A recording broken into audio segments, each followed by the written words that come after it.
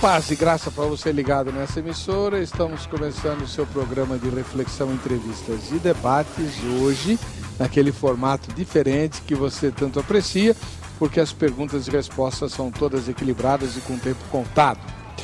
E o assunto é tenebroso. Aliás, tenebroso é também o capítulo da Bíblia onde ele se baseia. Na minha opinião, o capítulo mais viu das Escrituras é o capítulo número 9 da Epístola de Paulo aos Romanos. Muita gente acha que é o capítulo 3º de Gênesis, porque lá é narrada a queda do ser humano. Ali foi a maior tragédia, não nego. Mas o capítulo 9 de Romanos me tirou o sono muitas noites. Talvez tire o seu também. Se você nunca leu esse capítulo, leia, de preferência de manhã. Porque se for à noite, você vai ficar com o coração pesado. Nesse texto, o apóstolo Paulo mostra uma dimensão do senhorio e da soberania de Deus que muitas vezes nós preferimos não enxergar. Deus é absolutamente diferente de nós, absolutamente soberano e domina sobre todas as coisas. E a certa altura da narrativa bíblica, Paulo diz que Deus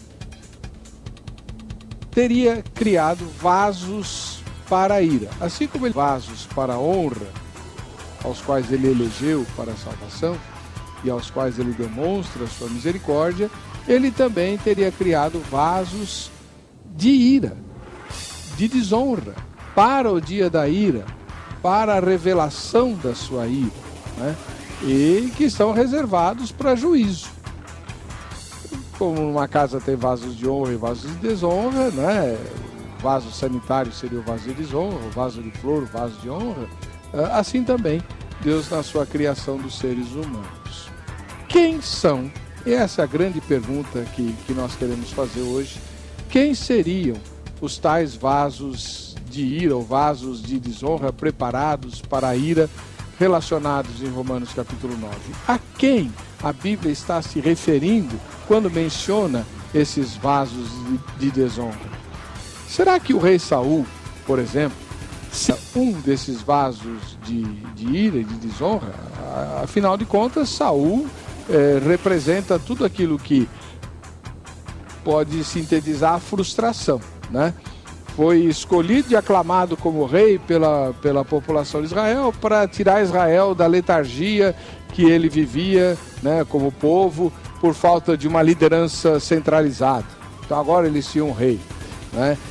Ele muito cedo acabou se perdendo no governo, tornou-se inimigo feroz daquele que Deus havia eleito, que era Davi, né? Aliás, o melhor amigo do seu próprio filho. E Saul empregou os recursos do reino para tentar destruir Davi. E acabou se destruindo a si mesmo, inclusive espiritualmente, consultando uma necromante, invocando o espírito de Samuel, que já havia morrido. E a Bíblia diz de forma muito clara que essa foi a pior que Saul fez, além de todas as outras loucuras, literalmente loucuras, que aquele endemoniado produziu. Será que Saul seria um ótimo exemplo de vaso de ira? Ou vaso de desonra preparado para a ira de Deus? Não sei. Mas por meio desse exemplo nós vamos discutir o capítulo 9 de Romanos, no que se aplica aos vasos de desonra, e poderemos talvez tirar nossas dúvidas a respeito dessa porção das Escrituras. Escrita não para tirar o nosso sono, mas para nos habilitar, a mim e a você, a fazermos a boa obra de Deus. Está no ar o Vejam Só.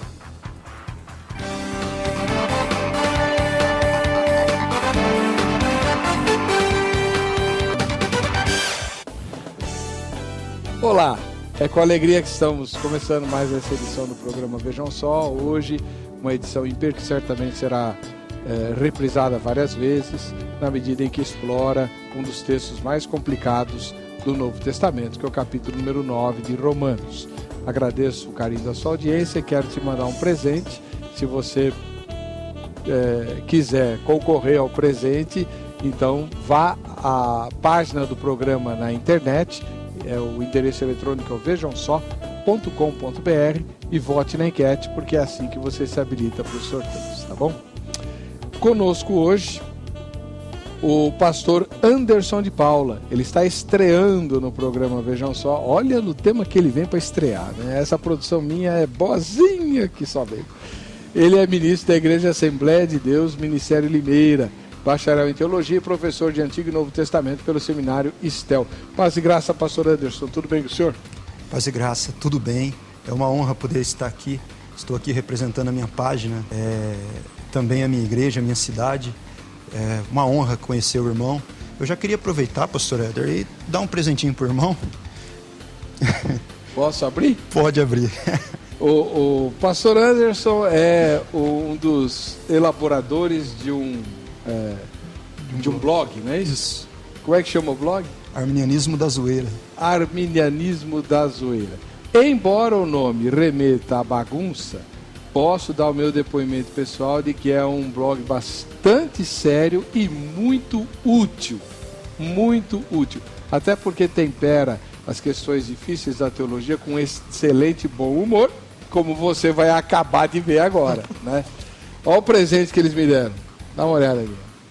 Deixa eu pôr aqui. Ai.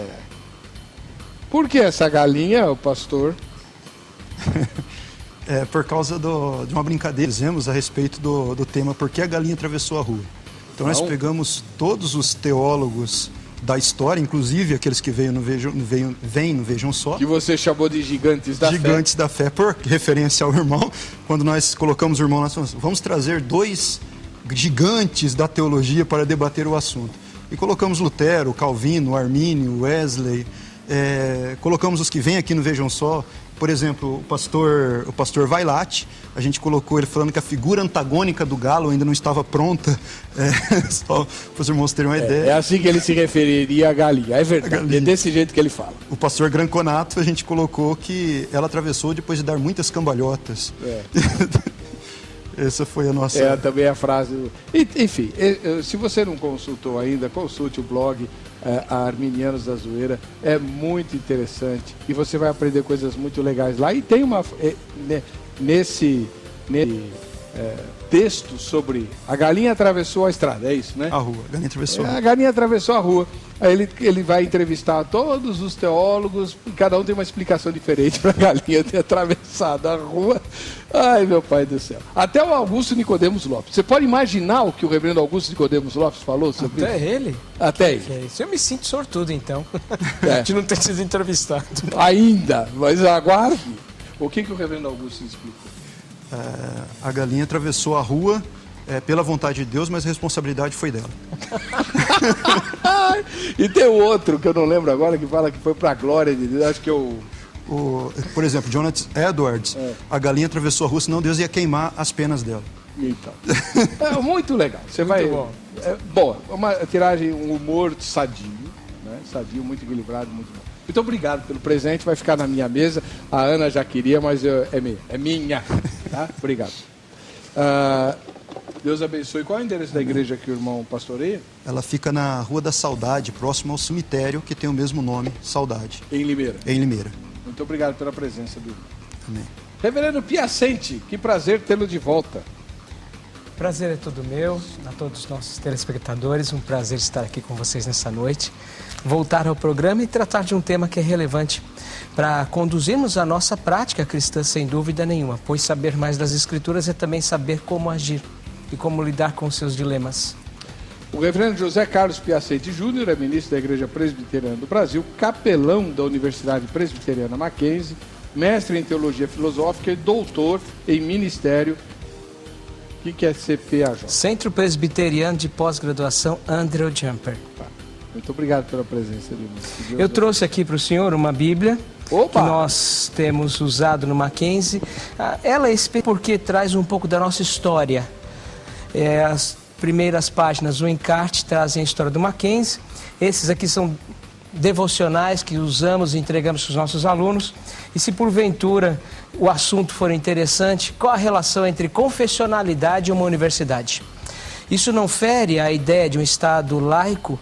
Podemos ter uma universidade confessional? Isso aí explica um pouco sobre o que fazemos dentro da universidade, sem ferir nenhuma norma, mas caminhando de uma maneira muito clara diante de uma confessionalidade explícita. Muito obrigado. E cada aluno da universidade recebe uma Bíblia? Sim, os alunos ao ingressarem na universidade recebem essa Bíblia. Os alunos ao se formarem na universidade recebem uma Bíblia. Nós constantemente estamos ofertando para eles ao longo do curso. Fora esses 2 momentos de entrada e de saída, eles também têm oportunidade de receber. Essa daí é uma edição que nós procuramos fazer. Nós temos para os adolescentes, para as crianças. Sempre procuramos servir a todos que estão ali no Mackenzie. E tem com a umas escritura. marcações em verde aqui. É porque essa Bíblia aí, ela chama Fonte de Bênção. Todas as passagens que tratam de alguma forma de uma bênção trazem uma passagem em verde. Tá? As bênçãos estão em verde? Sim, estão. Muito significativa a cor. Igreja Presbiteriana, o nosso layout é verde. Correlacionado ao verde esperança. Não é o que Também. você está pensando aí. É o verde esperança, né? Maravilha. Muito obrigado, reverendo. É um prazer. Vamos assistir a matéria que apresenta o tema terrível de hoje. Vejam só. O uso da figura do vaso é muito comum na Bíblia. Com certeza você lembra da passagem de Jeremias, quando Deus leva o profeta até a casa do oleiro, o profissional que trabalha com o barro. Deus então mostra como ele mesmo trabalharia com o povo, como barro na mão do oleiro. Assim, Deus tem os seus escolhidos em suas poderosas mãos. Mas o uso dessa figura, o vaso, não fica restrita ao Antigo Testamento. O autor de Romanos também usa o vaso e a figura do oleiro em sua narrativa. Isso acontece lá no capítulo 9, quando é demonstrada e confirmada a soberania de Deus, agindo sempre com justiça. Na sequência do texto, vemos que o oleiro tem o direito de fazer o que quer com o barro. Logo, podemos entender que o objeto não tem direito de questionar a vontade do seu criador. É nesse contexto que o autor cria uma polêmica, usando o termo vasos da ira. Quem serão esses vasos citados? Algumas análises surgem diante do texto exposto. Para alguns, parece claro que os vasos da ira são aquelas pessoas que não são salvas. Essa explicação surge pelo fato do autor usar o termo vasos de misericórdia, um contraste claro entre aqueles escolhidos para a salvação e os para a perdição.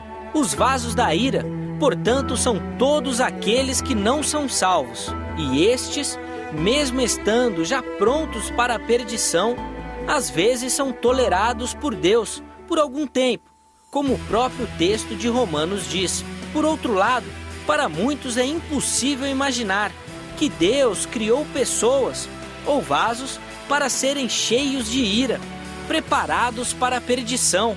Antes de encerrar essa matéria, eu aproveito para jogar um molho especial nesse debate. Se esses vasos de ira, citados lá em Romanos, foram criados para a perdição, podemos afirmar que Saul, o primeiro rei de Israel, era um deles? Pastor Heber, agora eu quero ver os seus convidados saírem dessa. O programa Vejam Só já está no ar. Você e eu, Eliezer. Obrigado pela matéria, mais uma vez brilhante, né? E vamos ver o que os nossos convidados vão dizer. Temos aqui um representante do pensamento calvinista. Ele não fala em nome dos calvinistas, é óbvio. Ele fala em nome dele, né? É o reverendo José Carlos Piacente Júnior, ministro da Igreja Presbiteriana do Brasil. E temos um representante do pensamento arminiano, que também não fala pelos arminianos do mundo. Ele fala em nome dele. É o pastor Anderson de Paula, ministro da Igreja Assembleia de Deus do Ministério Limeira, né? E vamos ver o que vai rolar aqui. A partir do segundo bloco, eles farão perguntas perguntas mútuas, né? Tempo definido para resposta e comentário. Então, reverendo José Carlos Piacente Júnior, o senhor tem agora a palavra para explicar para o telespectador qual é o ponto de vista que o senhor vai defender ao longo do debate. Bom, nós estamos diante de um texto bíblico. Então nós precisamos, em primeiro lugar, entender como esse texto bíblico foi escrito, ou seja, o seu contexto. O texto está ligado a uma história que Paulo está tratando, que é a história da salvação. E essa é a história mais importante das Escrituras. E no capítulo 9, de maneira muito especial, Paulo se vê diante de um questionamento, que é com respeito aos judeus. No capítulo 8, ele trata de maneira muito clara acerca do amor e de tudo que envolve a salvação. Mas há um questionamento levantado. Eu gostaria muito que meus irmãos fossem salvos, mas eles não são. E aí ele diz, o que acontece? Será que a promessa de Deus falhou? Veja, Paulo jogando com o seu próprio envolvimento com as Escrituras. E aí então ele passa a mostrar como é que o próprio Deus age. Então ele não fala simplesmente em nome daquilo que ele entende ser verdade, mas ele fala conduzido pelo Espírito Santo de Deus. E a partir disso ele começa a mostrar que existem israelitas e israelitas. E isso já é o grande ensejo para entendermos que Paulo está falando de algo que, mesmo que seja difícil de ser compreendido, está dentro da vontade dos decretos de Deus. E ele começa a trazer exemplos do Antigo Testamento, e ele começa a trabalhar alguns desses exemplos, e 2 exemplos são muito claros para nós: Esaú e Jacó. E a partir disso, Paulo chega na questão dos vasos. Então eu não posso me separar disso. Eu não posso olhar para a carta e imaginar que Paulo está escrevendo ideias aleatórias. Não, ele está construindo um pensamento. E a partir dessa construção de pensamento, ele chega nos vasos de ira. Mas até chegar lá, há toda uma construção muito bem elaborada. Porque Paulo sabia escrever muito bem e o Espírito Santo do Senhor o moveu. Como disse o apóstolo Pedro, todos foram movidos. Então Paulo foi conduzido desta maneira. E o assunto não é fácil, de tal maneira que ele sabe das dificuldades. E por isso algumas perguntas retóricas que são chave. E vamos tentar trabalhar essas perguntas hoje também, espero, que vão tratar como suporte para nos mostrar quem são esses vasos de ira. São aqueles que Deus preteriu. Às vezes nós falamos do calvinismo sem entender, isso é notório, você percebe bem isso em algumas discussões. Não, você tem que usar os termos corretos. A preterição, o passar por cima. O hipercalvinismo, ele vai chegar ao extremo. Mas hipercalvinismo, o calvinista sabe que ele estabeleceu a salvação. Ele tem isso com muita clareza. Agora, o que é a preterição? É o passar por cima. É a chave para entender esse texto quando está escrito: Deus amou um, mas odiou o outro. O que é esse ato de odiar? Nossa, que expressão forte. Claro, quando eu trago isso para Malaquias, isso fica mais claro para mim, para entender. Mas o ponto central é esse. O que significa preterir? Simplesmente deixar o homem na sua condição natural. Preterir é passar por cima. Isso está ligado com o amor de Deus. Se eu entrelaçar as coisas aleatoriamente, eu vou construir um Deus monstruoso. Mas quando claramente eu compreendo que tudo está de acordo com o que Paulo está dizendo, tentando entender por que alguns israelitas não entendem a salvação. Repare, o povo de Deus, com escrituras como ninguém, o que aconteceu com eles? Aqui que chegamos nos vasos de ira. Os preteridos por Deus. Repare, algo que Deus fez e que Paulo tenta explicar, e que o próprio Paulo, no decorrer da nossa argumentação, nós vamos perceber isso, teve muitas dificuldades para tratar do assunto. Muito obrigado, reverendo. Pastor Anderson de Paula, ministro da Igreja Assembleia de Deus, Ministério Limeira, bacharel em Teologia. Qual vai ser o ponto de vista que o senhor vai defender a partir do próximo bloco? Amém.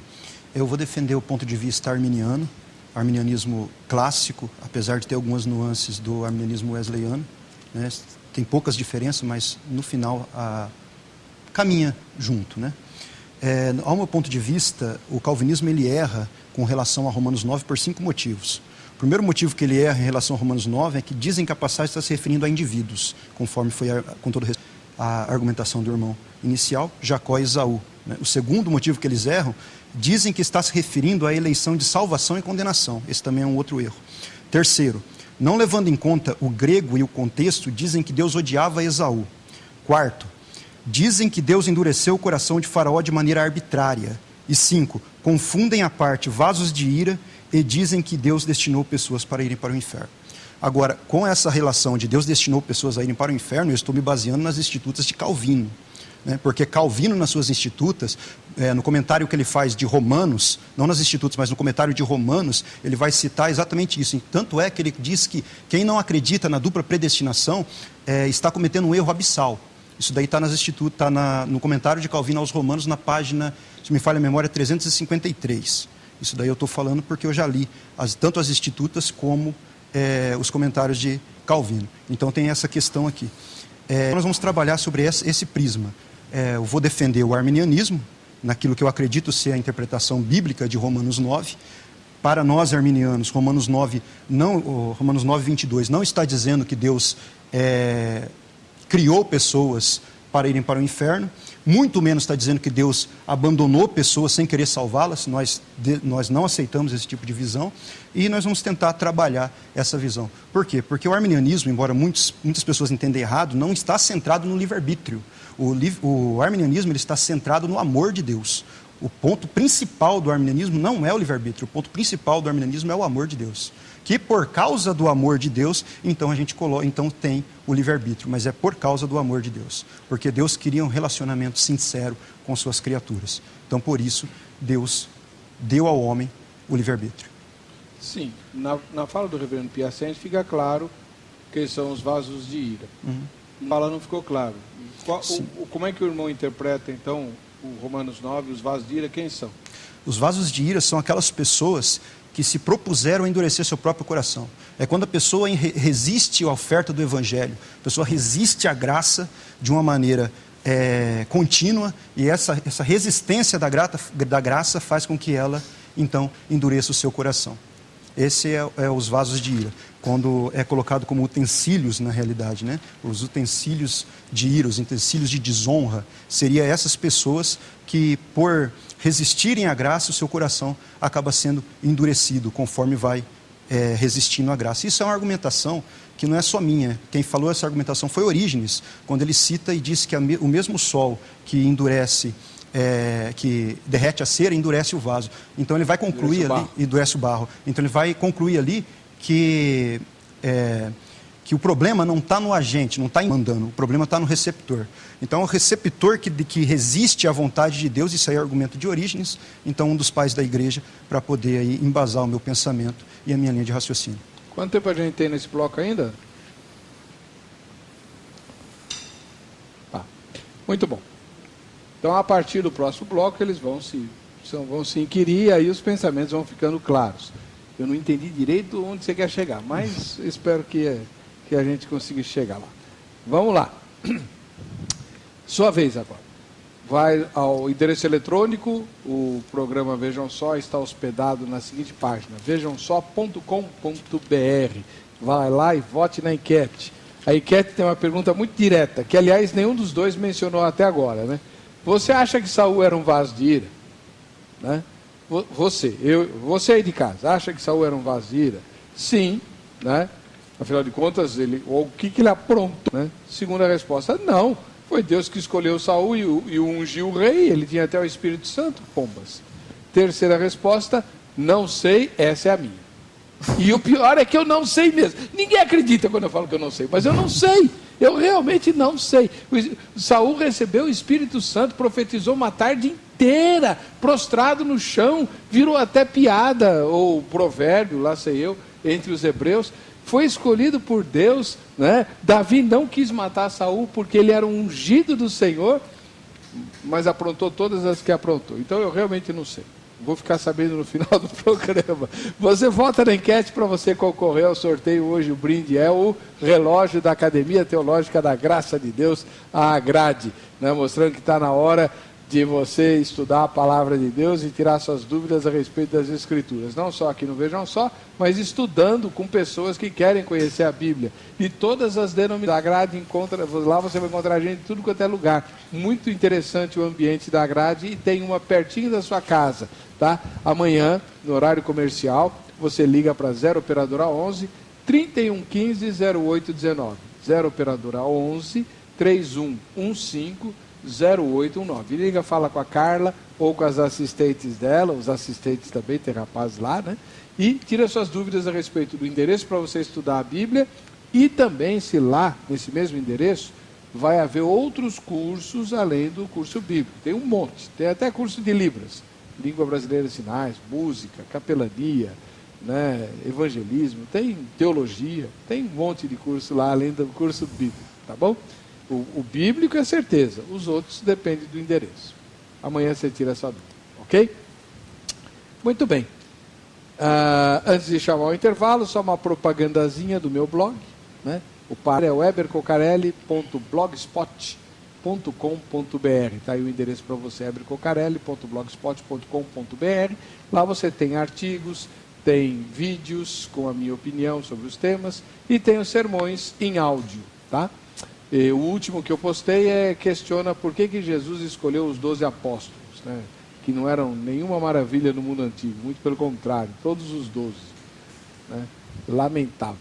Mas ele escolheu aqueles 12 e eu exploro por que ele escolheu aqueles 12 lá, no sermão. É áudio, tá? Com ilustrações muito ricas e bonitas, escolhidas pelo meu blogueiro preferido, que é o João Vitor.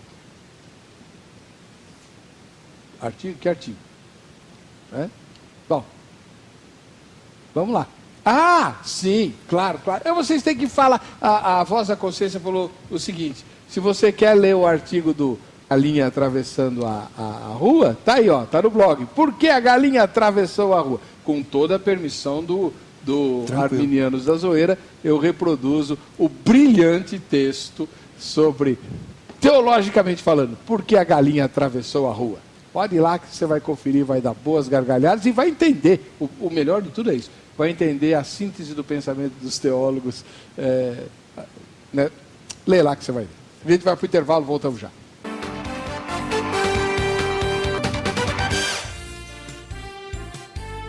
Voltando com o programa Vejam Só, hoje é um formato diferente que você está acostumado, né?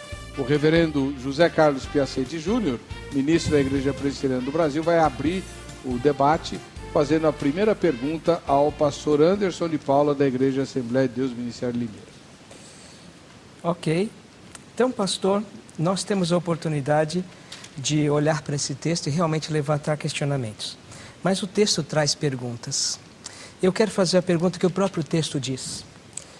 No verso 21, a pergunta do texto é: ou não tem o olheiro direito sobre a massa, para do mesmo barro fazer um vaso de honra e outro para desonra?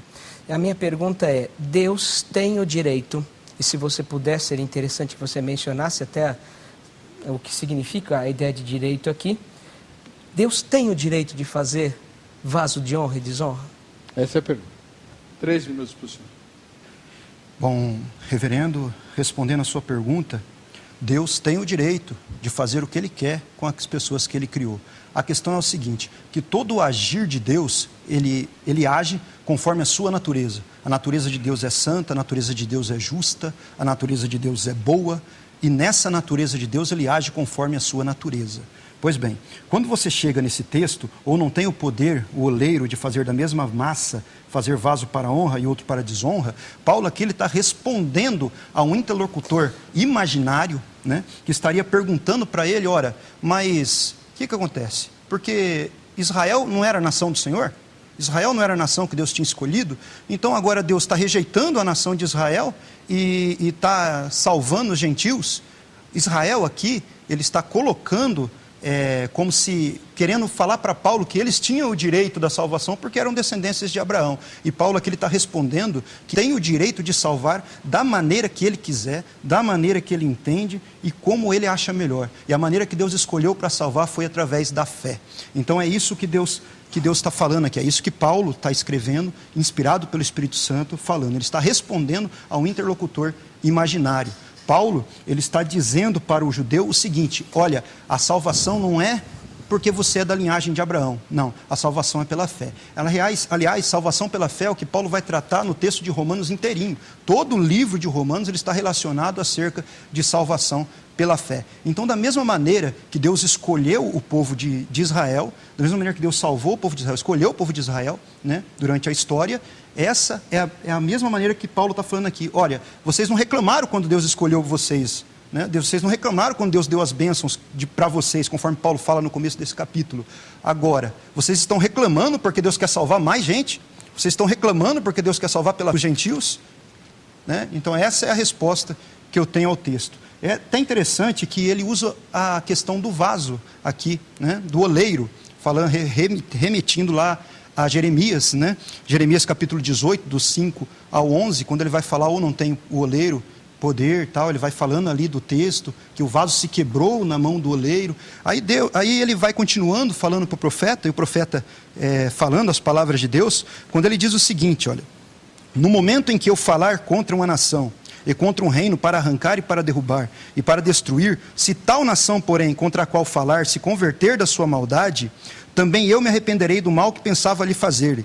No momento em que falar de uma nação e de um reino, para edificar, para plantar, se fizer o mal diante dos meus olhos, não dando ouvidos à minha voz, então me arrependerei do bem que tinha falado que lhe faria. Ora, pois, fala agora aos homens de Judá e aos moradores de Jerusalém, dizendo: assim diz o Senhor, eis que estou forjando mal contra vós, e projeto um plano contra vós. Convertei-vos, pois, agora, cada um do seu caminho, e melhorai os vossos caminhos e as vossas más ações.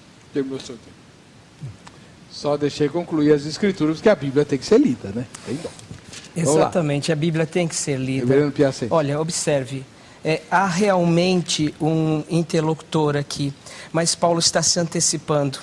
Ele sabe da dificuldade. Esta não é a primeira pergunta que ele faz. E a palavra direito aqui é exousia, que significa autoridade. O que o texto diz com clareza, eu gostaria que os nossos queridos em casa observassem isso. Quem és tu, ó homem, para discutires com Deus? Porventura pode perguntar a quem o fez: por que me fizeste assim? Ou não tem o olheiro autoridade? Então, a sua resposta foi correta, porque não existe outra. Deus tem autoridade, sim, para fazer vasos de desonra.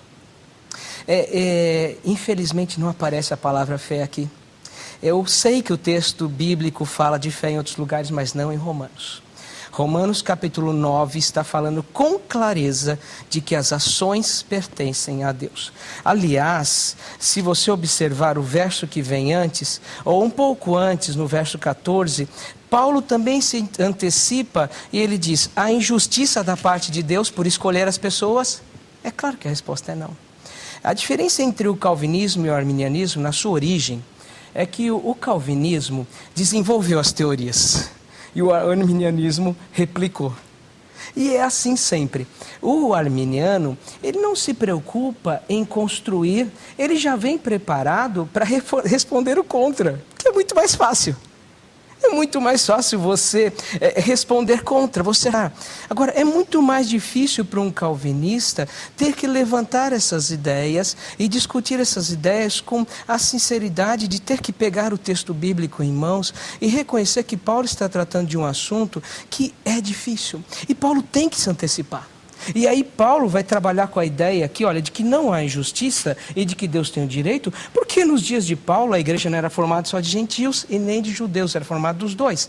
E ele sabia que havia judeus ali que iam replicar, questionar, mas ele diz: não, Deus não é injusto e Deus não é de maneira nenhuma separado de autoridade. E é por isso que para nós calvinistas é muito claro o fato de que sim, o amor de Deus é salvífico e em momento nenhum ele está separado dos seus atributos, inclusive atributos qualificativos, como o atributo da santidade e o atributo da justiça, que não só é um atributo comunicável, mas como também de qualificação. Agora, o texto ele trata com clareza deste assunto porque Paulo sabia que as pessoas daquela igreja estavam prontas para olhar para essa situação e falar: isso é injustiça. E Paulo diz: não, não é injustiça. As pessoas diriam: isso Deus não tem o direito? E ele se antecipa dizendo: ele tem o direito sim, porque ele tem autoridade. Muito obrigado, reverendo. Pastor Anderson de Paula, da Igreja Assembleia de Deus Ministério Limeira, agora é que vai fazer a primeira pergunta ao reverendo Piacente, da Igreja Presbiteriana do Brasil. Ok. Caro reverendo, dentro da carta de Romanos, o apóstolo Paulo realmente ele fala de fé. E em Romanos 9 ele também vai falar de fé no versículo 32, quando ele vai falar que foi pela fé que eles alcançaram a justiça. Mas, ainda dentro da pergunta que eu estou fazendo, a minha primeira pergunta é sobre o seguinte.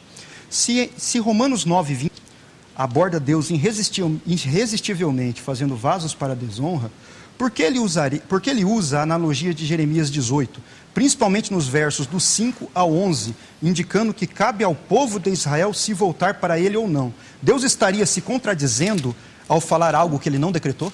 De forma nenhuma. Só um minutinho. Dá para você repetir a pergunta? Repetir a pergunta? Dá. Sim. Se em Romanos 9:21 aborda Deus... Romanos 9:21 diz assim: ou não tem o oleiro direito sobre a massa para do mesmo barro fazer um vaso para honra e outro para desonra? Sim. Eu não citei o texto porque a gente tinha... Mas deixa eu claro. continuar. Romanos 9:21. Aborda Deus irresistivelmente fazendo vasos para desonra, porque ele usa a analogia dos vasos em Jeremias 18, principalmente nos versos 5 a 11, indicando que cabe ao povo de Israel se voltar para ele ou não.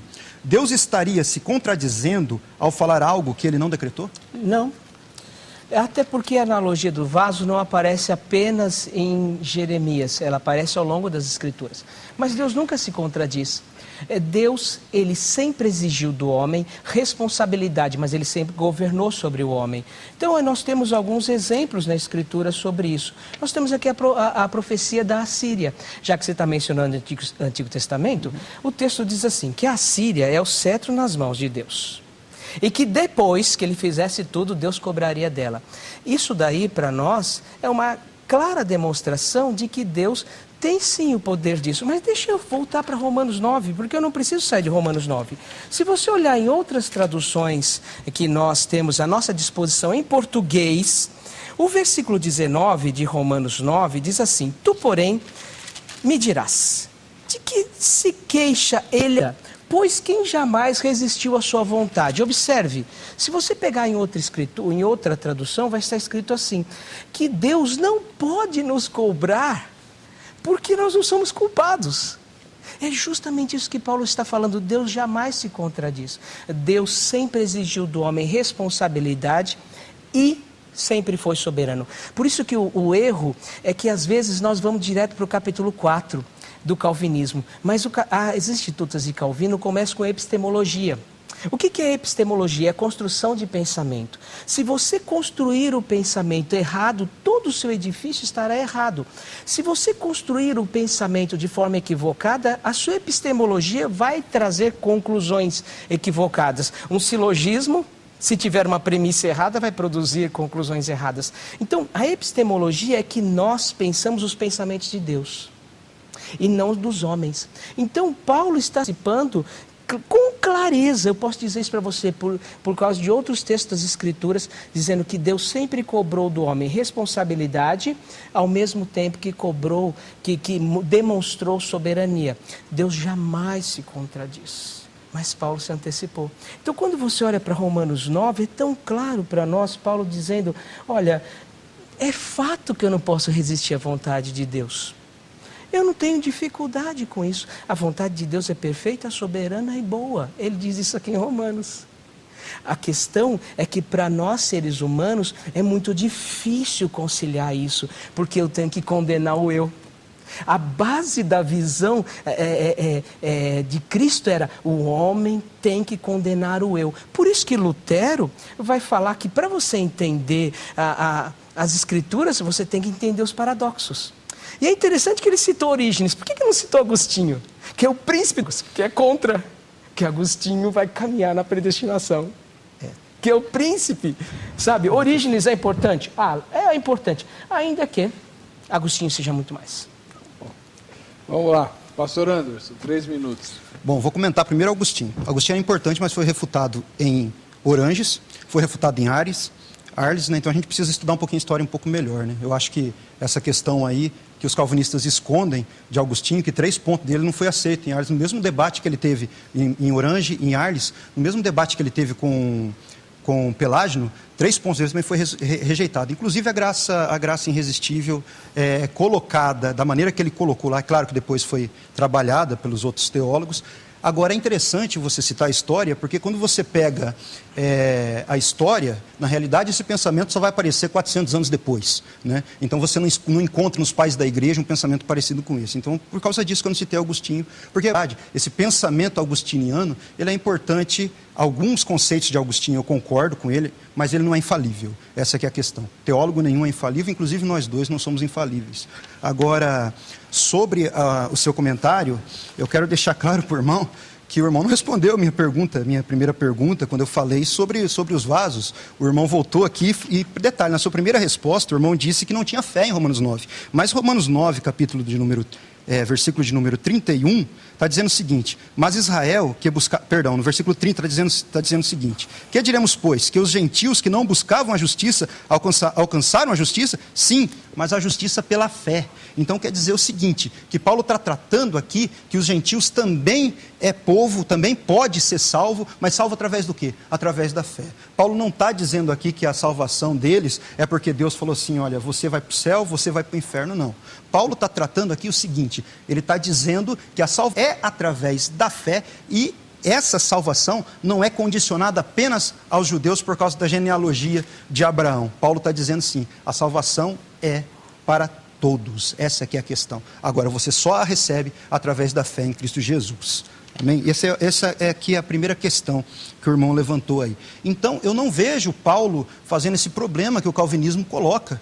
Por exemplo, o livre-arbítrio do homem fere a soberania de Deus. Não, Deus determina e o homem é culpado. Eu não vejo esse problema nas Escrituras, porque em lugar nenhum das Escrituras vai dizer que Deus determina alguma coisa, Deus determina o pecado e culpa o homem. Isso eu nunca encontrei nas Escrituras. Isso não tá claro nas Escrituras.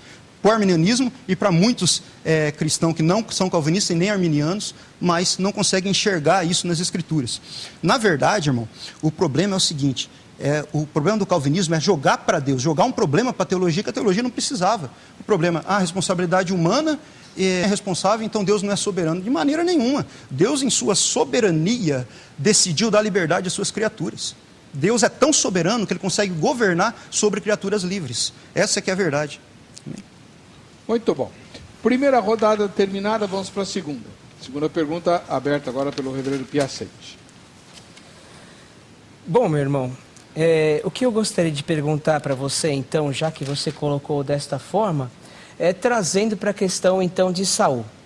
Porventura, como é que nós podemos aplicar o texto de Romanos 9 na vida de Saul?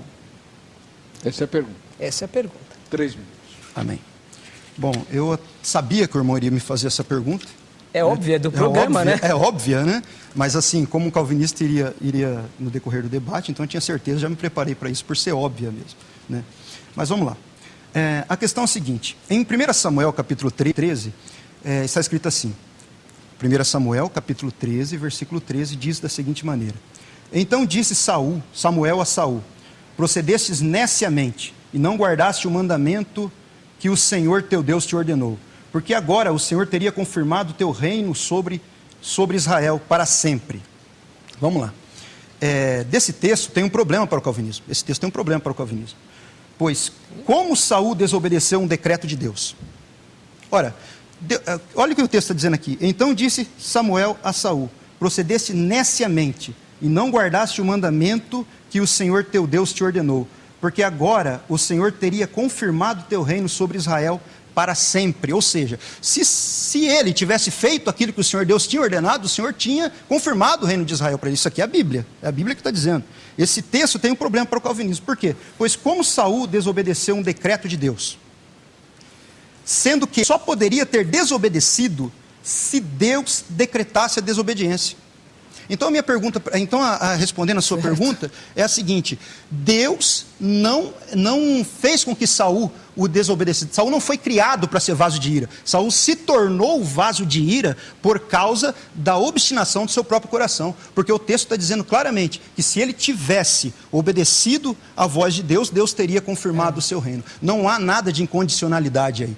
Ele é condicional, ele se tornou, então, um vaso de ira. Essa que é a questão. Então não vejo nesse ponto aqui Deus fazendo assim: olha Saul, eu vou te fazer e vou colocar um um mal em você, você vai ser um vaso de ira, porque eu não quero te salvar. Essa que é a verdade. Não, eu não quero te salvar. Então Deus está fazendo um teatrinho ali com Saul, né?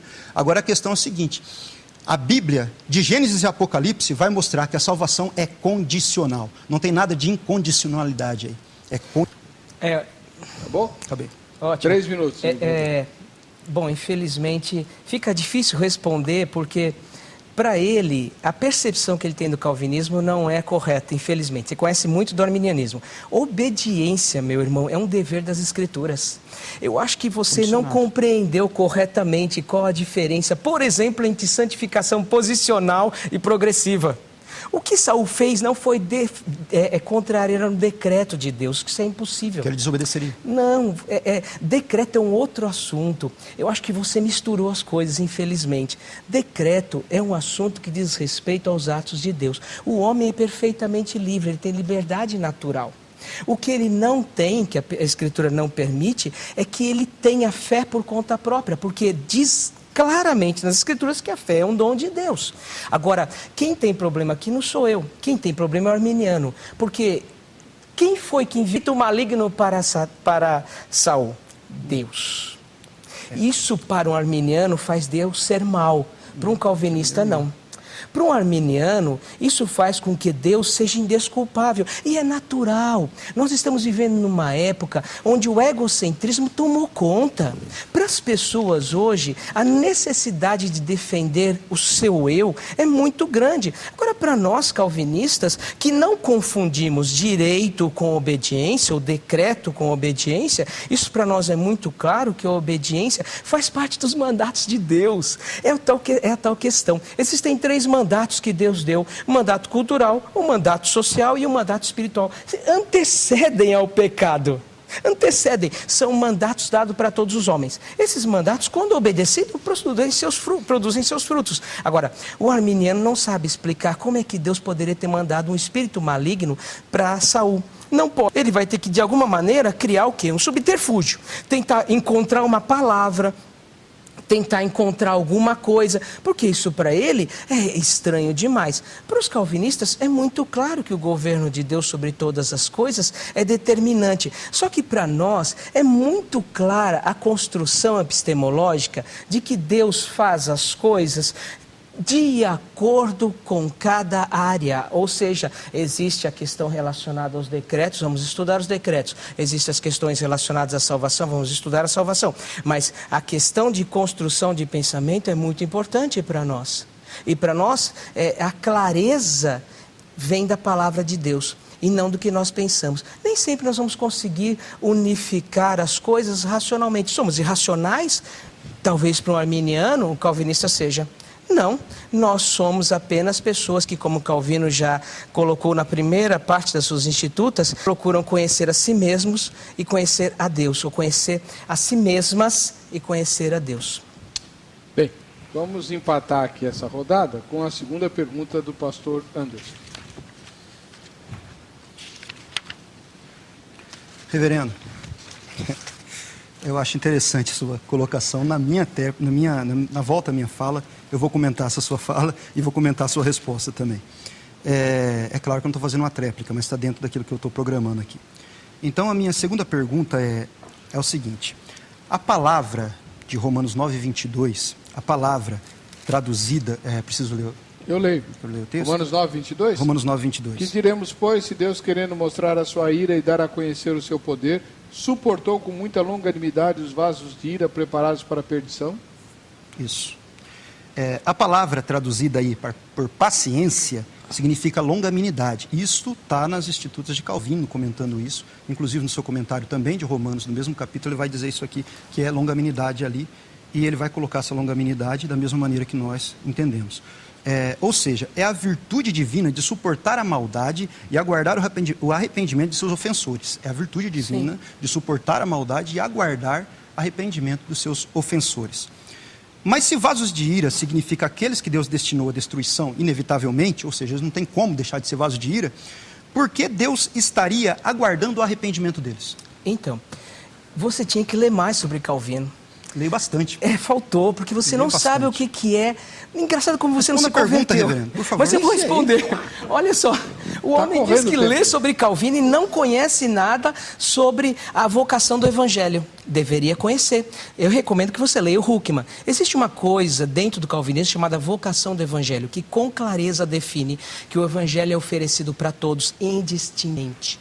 Que o chamado do Senhor é para todos. Que todos são convidados indistintamente. Eu não sei se porventura vocês pulam essa parte, mas isso está na nossa confissão de fé. O chamado do Evangelho é para todos. Onde está a longanimidade de Deus? A longanimidade de Deus está no fato de que, sem dúvida, Ele faz um convite sincero, verdadeiro e franco. E nós temos uma doutrina sobre isso.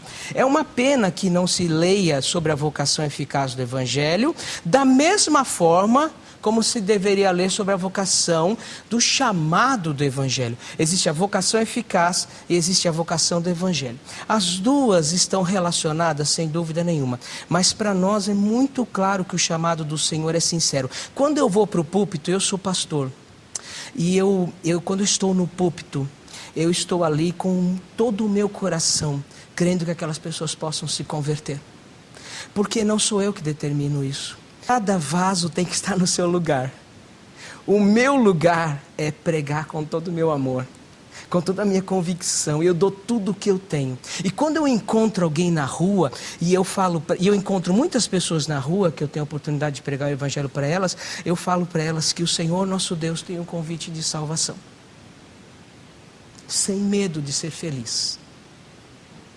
Sem nenhuma dificuldade. Então, para mim, olhar para a longanimidade de Deus é maravilhoso, é surpreendente, é extasiante, é saber que ela faz parte. E é por isso que os grandes pregadores eram calvinistas, como Spurgeon. John Wesley também, né? Não, estou falando de calvinista. Spurgeon, o príncipe dos pregadores, um calvinista. Um homem que ia para o púlpito e conseguia atrair 12 mil pessoas, e ele era calvinista. Porque ele tinha convicção plena da longanimidade. Não, infelizmente, é só uma má compreensão. São caricaturas, isso é natural. As pessoas criam suas caricaturas, principalmente quando querem defender o que para nós é muito difícil, que é a escolha entre o que Deus diz e o que eu acho. O que Deus diz nesse texto é, Ele tem o direito de fazer vasos de ira. O calvinista se cala. É o que ele fez. Bom, obrigado. 3 minutos para o senhor fazer o comentário e a gente vai para o intervalo. Tá bom. É interessante que... Desculpa, meu querido pastor. Mas é interessante que o calvinista fala que prega de uma maneira sincera, prega de uma maneira honesta, prega com toda a sinceridade do seu coração que Deus vai salvar. Mas eu fico pensando, como? Sendo que a sua teologia diz que Deus não quer salvar a todos. Eu vou pregar assim, olha meus irmãos, Deus quer salvar a todos, sendo que na minha cabeça eu tenho um grupo ali que pode ser que alguns daqueles ali Deus queira salvar, e tem alguns daqueles ali que Deus vá. Aí eu vou pregar na minha mente assim, olha meus irmãos, Deus quer salvar vocês. Não, o calvinista ser sincero, ele teria que falar assim, olha, eu estou pregando aqui meus irmãos, mas tem alguns aí de vocês que Deus quer salvar, tem outros que Deus não quis salvar. De vocês aí, alguns quer salvar. Eu nunca vi um calvinista pregando o calvinismo de maneira clara, para uma plateia, eu nunca vi isso. Eu nunca vi um calvinista falar assim, olha meus irmãos, alguns querem, Deus quer salvar alguns aqui e Deus não quer salvar outros aqui. Olha, o calvinismo e a palavra que o pastor Heber disse no programa atrás, de que todo calvinista pregando é um arminiano, que palavra bonita, exatamente. Por que todo calvinista pregando é um arminiano? Porque ele não pode pregar sua teologia. E como diria Roger Walson, toda teologia que eu não posso pregar ela, as claras, ela deve ser rejeitada. Eu não posso pregar essa teologia, por quê? Porque ela vai fazer as pessoas, nossa, então quer dizer que tem alguns aqui que Deus não quer salvar? Não, então tem que pregar como arminiano. Deus amou a todos, Deus quer salvar você, Deus quer transformar, Deus quer te salvar, então tem que pregar desse jeito. Eu queria ver o dia, um calvinista sincero, pregando que Deus quer salvar alguns e não quer salvar outros. Isso daí até hoje eu nunca vi. Agora deixa eu continuar, que eu estou na minha fala ainda, né? Eu fiz a pergunta para o irmão sobre Romanos 9, 22, né? Então é o seguinte, Deus ele suporta com muita longanimidade pois quer o arrependimento dos vasos da ira. Assim como só depois que Saul resistiu em desobedecer a Deus é que Deus o pune e o rejeita. Porém, essa rejeição também foi condicional, conforme o texto que eu acabei de ler por irmão, de 1 Samuel 13:13, onde a palavra de Deus vai dizer ali que se ele tivesse obedecido, Deus teria confirmado o reino dele. Então, o que é um vaso de desonra? Quem são os vasos de desonra? Os vasos de desonra são aqueles que insistem em resistir ao chamado do Evangelho. Os vasos de desonra são aqueles que desprezam o chamado do Evangelho. São aqueles que insistem em não se converter a Deus. Esses são os vasos de desonra. É o que Paulo vai dizer lá em Romanos capítulo 1, quando ele vai falar o seguinte, condicionalidade ali. E por causa disso, Deus os entregou às paixões infames. E tudo tem um porquê ali. Porque honraram e serviram mais a criatura do que o Criador. Por causa disso, Deus os abandonou, as suas paixões infames e etc. Você não vê a Bíblia dizendo que Deus falou assim, olha, eu vou fazer você, porque você vai aí, você vai sofrer, você vai ficar aí no tormento eterno, eu não vou querer te salvar. Essa que é a verdade. Antes de chamar o intervalo, vamos para um disclaimer, como diria um editor, né? Você mencionou só metade do que eu falei. E a frase não é minha, é do reverendo Alfredo Borges Teixeira, autor de Dogmática Evangélica, o livro mais antigo de teologia produzido no Brasil, Teologia Sistemática. Ele diz assim, os calvinistas, quando pregam, são arminianos. E os arminianos, quando oram, são calvinistas. Tá? Cite tudo. A gente vai para o intervalo e volta.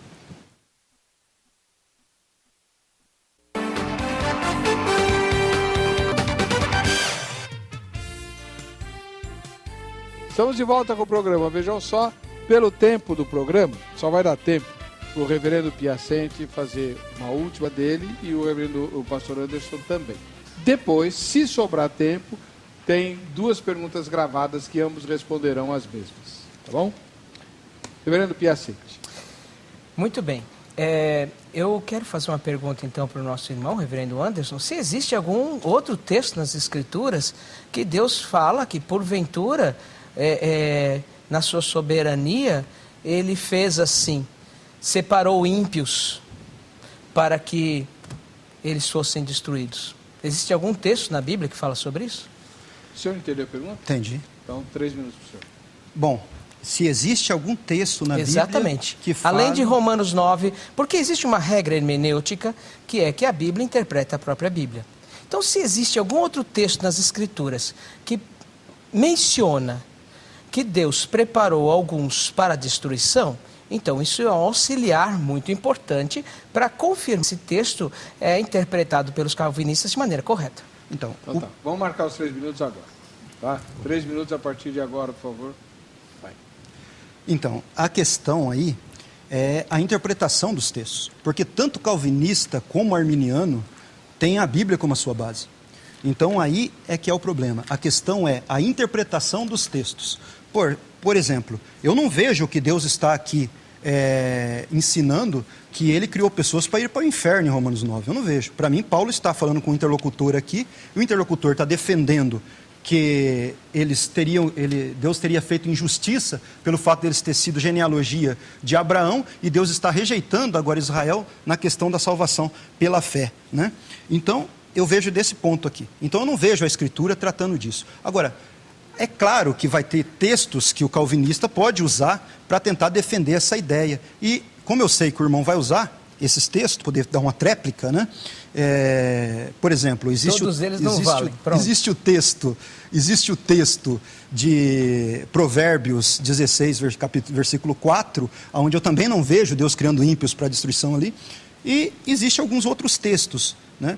E como eu não vou ter tempo não vou poder ter a tréplica das suas palavras, eu vou ficar aqui. Agora, ambos os textos aqui, tanto de Provérbios 16:4, que Deus fez todas as coisas para o fim, até o ímpio para o dia do mal, no original ali, calamidade, né? Então é Deus usando ali Deus usando o vaso mal ali, a pessoa, o ímpio, para punir, como ele fez no caso da Babilônia e etc. Então é essa questão aí. Mas eu vou parar por aqui, porque eu quero esperar o irmão falar dos textos, e se eu tiver uma oportunidade com a minha pergunta... O irmão ainda tem mais de 1 minuto. Eu vou responder.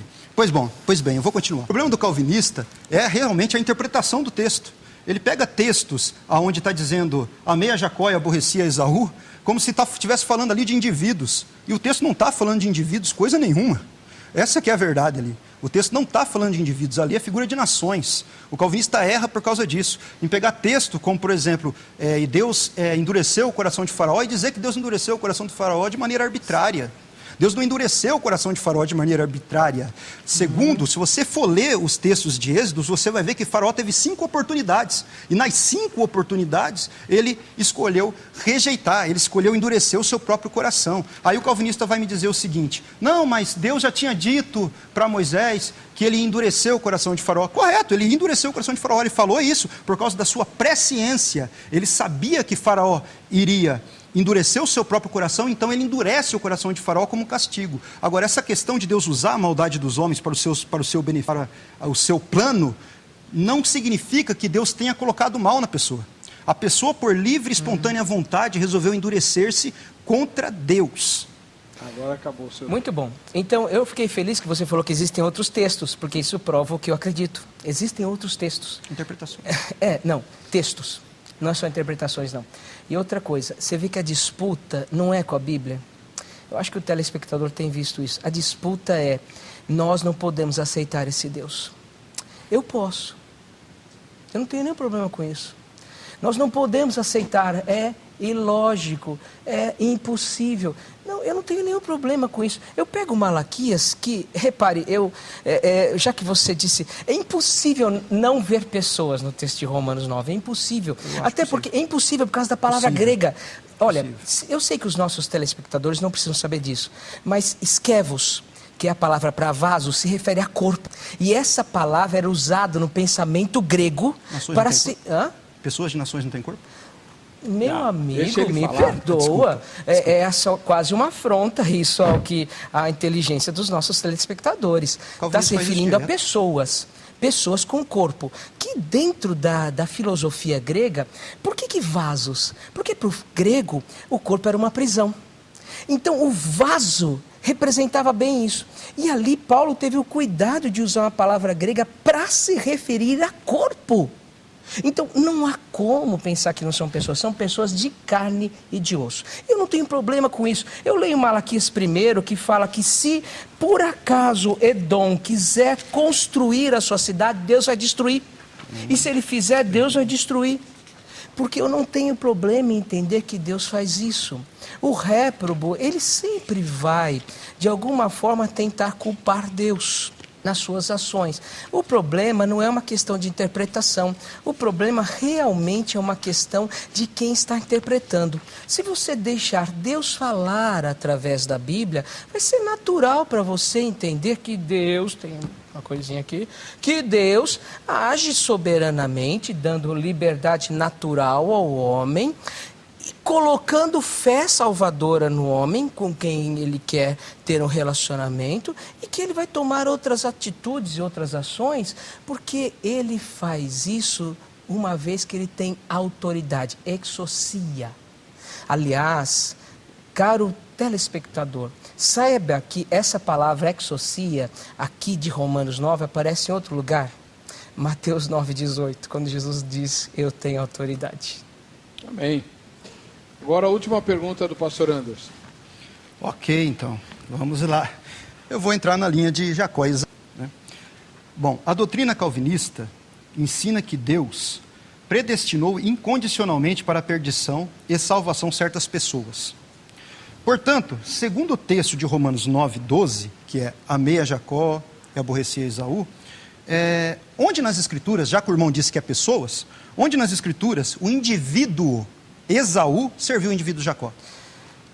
Eu pensei que era eu que ia falar do calvinismo, mas é ele. Não dá para ser assim. Telespectadores, reparem, o calvinismo que ele está propondo não é calvinismo.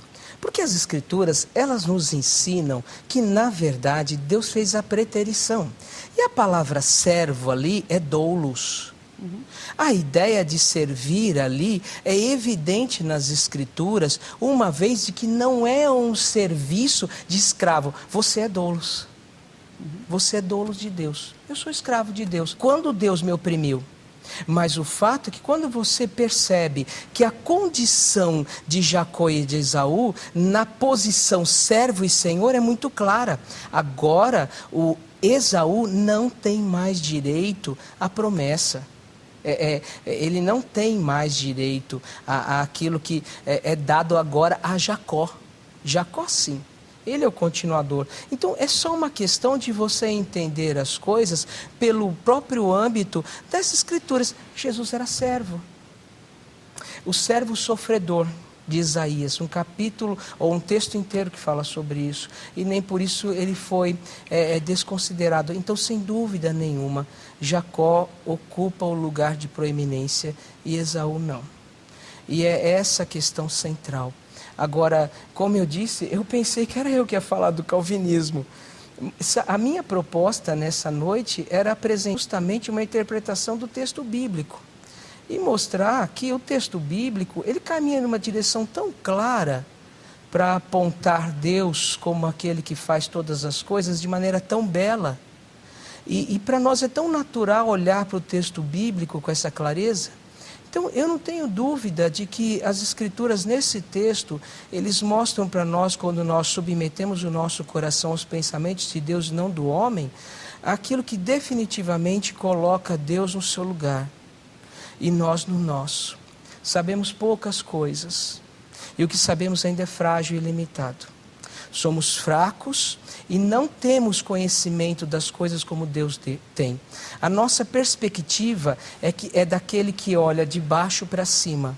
É como tentar saltar puxando os cadarços do seu sapato. Deus vê as coisas de cima para baixo. Isso não ofende o homem. Nós sendo coroa da criação, Salmo 8. Mas ele não sabe todas as coisas. Quando ele lê as Escrituras, ele tem que se submeter ao que está escrito. E eu esperava que o nosso debate fosse nessa direção, nessa noite. Que nós simplesmente discutíssemos o que está escrito. Não é uma posição que está em jogo, mas é a prática cristã de entender que Deus, e não eu, é que dá as regras. Isso é muito difícil para o homem. Seus comentários, pastor Anderson? Bom, eu concordo com o irmão, é Deus que dá as regras, e ele deu as regras, salvar aquele que crê e condenar aquele que não crê. Essas são as regras que ele deu. O calvinismo coloca Deus como um ser que fez um dune-dune-te. Eu vou escolher esse, escolhido para salvação é esse aqui. Mas vamos continuar aqui, né? Pois bem, quando o irmão falou que a questão da nossa mentalidade ser pequena nessa relação, concordo com o irmão. A gente nunca vai entender a Deus em sua arte, concordo peremptoriamente, concordo totalmente com o irmão. Agora, Deus se revelou nas Escrituras. E a maior revelação de Deus é Jesus Cristo. Jesus Cristo é a maior revelação de Deus. Esse tipo de amor seletivo, esse amor que dá água, esse amor que dá chuva, esse amor que dá chão, esse amor seletivo, esse amor que vai para os ímpios, esse tipo de amor, eu não vejo em Jesus Cristo, esse tipo de amor que só quer isso, que não quer salvar. Que tipo de amor é esse que só quer e que dá um copo com água para a pessoa para depois queimar ela na fogueira?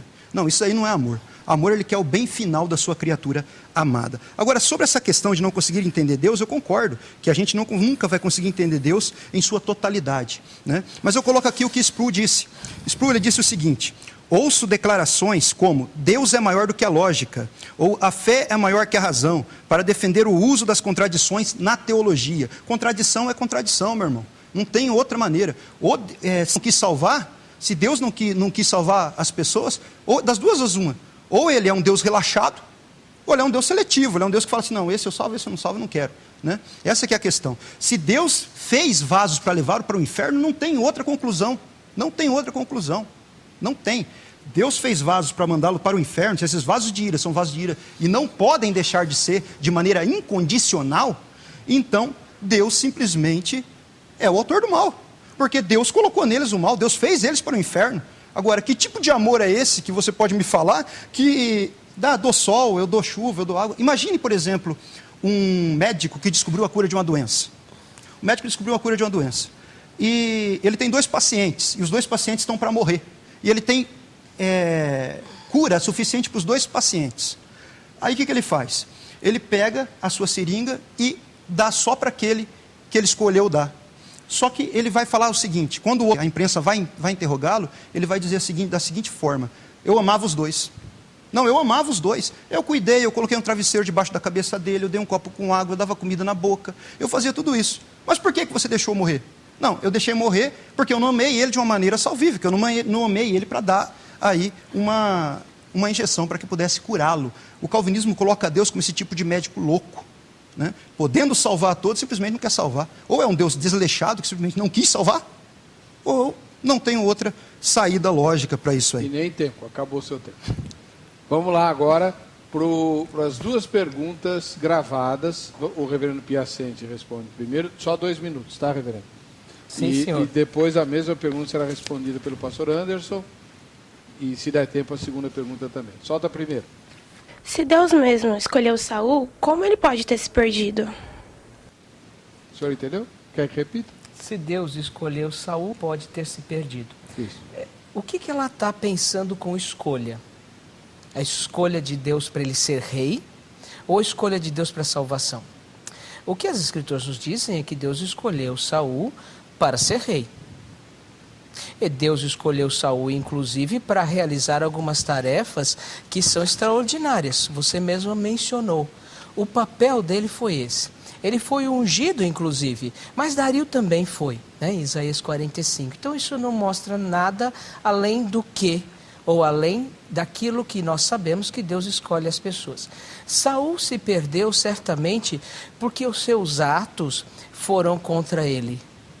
Isso é o que nós percebemos no nosso olhar para ele. Agora, se você for perguntar, junto com esta pergunta, sobre os decretos de Deus, se Deus já havia escolhido Saul para isso, olha, não há dúvida. Tanto Deus tinha o poder de escolher Saul para fazer o que ele fez, como depois Deus teve o poder de enviar um espírito para atormentá-lo. Agora, nós não temos como falar nada além do que as Escrituras dizem. O que nós sabemos de Saul é aquilo que está revelado nas Escrituras. E o que nós sabemos dele é que ele foi um instrumento nas mãos de Deus, como Deus usou até mulas. E Deus pode fazer isso. A questão é, isso diz respeito ao destino eterno dele? Bom, aí nós precisamos de mais argumentos. Precisamos ir além. Eu entendo que a pergunta da nossa telespectadora é sobre por que Saul caminhou naquela direção. Bom, certamente ele é responsável pelos seus atos e ele sempre será, como qualquer ser humano, responsável por isso. Mas de maneira nenhuma isso tira o governo de Deus sobre a vida dele. Ele foi um instrumento. Agora, 2 minutos para o senhor responder a mesma pergunta. Tá ok. Bom, a pergunta era se Saul, por que Deus tendo escolhido Saul, depois ele se perdeu. Bom, ele se perdeu porque ele resistiu a Deus, essa é a verdade. Ele se perdeu porque os seus atos fez com que ele se perdesse. Não porque Deus o fez para se perder. Não porque um decreto eterno que não está relacionado, não está na Bíblia, esse tipo de decreto eterno que Deus escolheu condenar pessoas antes mesmo de nascer, né? Até porque, quando você vai, por exemplo, no caso de Jacó e Esaú, quando você vai para Gênesis 25, 23, você vai ver ali figuras de nações, falando que 2 nações sairiam do ventre dela. Não estava relacionada a pessoa dos dois, mas a nações. E você disse que... Já vou responder, é que eu só estou juntando aqui as questões. É que eu não estou entendendo. Já vou juntar as coisas. É a necessidade de falar alguma coisa que ficou para trás. Já vou juntar as coisas. Já vou juntar as coisas. Minha fala, o senhor é interlocutor? Fala aí. Então vamos lá. Então o que acontece? Essa é a questão aí. Da mesma maneira que Esaú, ele rejeitou a sua primogenitura, Saul também rejeitou a Deus. Saul, ele rejeitou a Deus, ele foi contra tudo aquilo que os profetas falavam para ele. Deus mandava ele não fazer uma coisa, ele ia e fazia. Ele foi contra os desígnios de Deus, porque Deus, então, o rejeitou. Mas o rejeitou por causa da maldade do próprio Saul, e não porque Deus determinou que ele iria para o inferno. Essa é a resposta. Essa é a resposta. Muito bem. Correndo, Ana, solta a segunda pergunta, por favor. Se Deus é bom, como ele pode ter criado vasos de ira? Essa é uma pergunta que mostra claramente a dificuldade que as pessoas têm de entender Deus.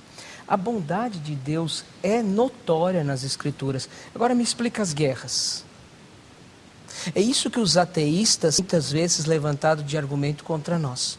Explica o fato de Deus permitir que o próprio povo de Israel tenha entrado em Canaã e matado pessoas, inclusive crianças. Explica para mim o fato de crianças ainda hoje morrerem. Homens como Sam Harris têm ido para a televisão e têm escrito livros sobre isso. O grande argumento deles é justamente utilizar o fogo amigo. Já que tem pessoas por aí tentando fazer uma teologia onde Deus é assim, então eu vou usar isso para tentar levantar um argumento a meu favor. O que nós temos visto nas Escrituras é que as perguntas elas são mais difíceis de serem respondidas do que uma teologia arminiana é capaz de produzir.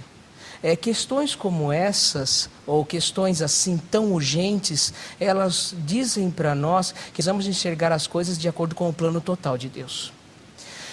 Se o homem estivesse no controle da sua própria salvação, ele jamais ia se salvar.